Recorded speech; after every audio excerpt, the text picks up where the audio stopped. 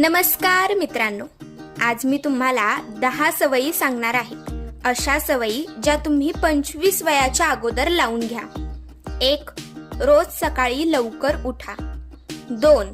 दर महिन्याला पैसे सेव्हिंग करा. 3. स्वतःचा बिझनेस स्टार्ट करण्याचा प्रयत्न करत राहा. 4. चांगल्या मित्रांसोबत राहा. 5. रोज 15 मिनिटं वाचन करा. 6. रोज व्यायाम करा. 7. तुमची स्वप्न पूर्ण करण्याचा प्रयत्न करा. 8. तुमचे प्लॅन्स दुसऱ्यांना सांगत बसू नका. 9.